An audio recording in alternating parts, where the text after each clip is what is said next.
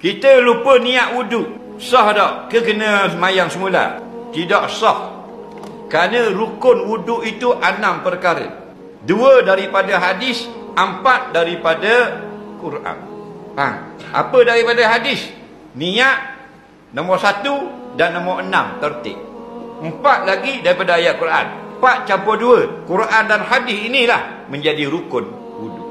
Nabi tak sebut cara berniat. Nabi sebut secara umum SAW. Maka ulama memberi contoh. Contoh niat bagi wuduk itu sahaja aku mengangkat hadas yang kecil. Boleh. Sahaja aku mengambil wuduk. Boleh. Sahaja aku berwuduk. Boleh. Dan yang mana senang? Yang mana kamu rasa senang? Sahaja aku berwuduk. Sah. Sahaja aku mengambil fardu wuduk. Boleh juga. Sahaja aku menunaikan fardu wuduk. Boleh juga. Sahaja aku mengangkat hadas yang kecil. Boleh juga. Itu banyak contoh dalam majmuk, dalam tahrir, dalam murni. Contoh-contoh.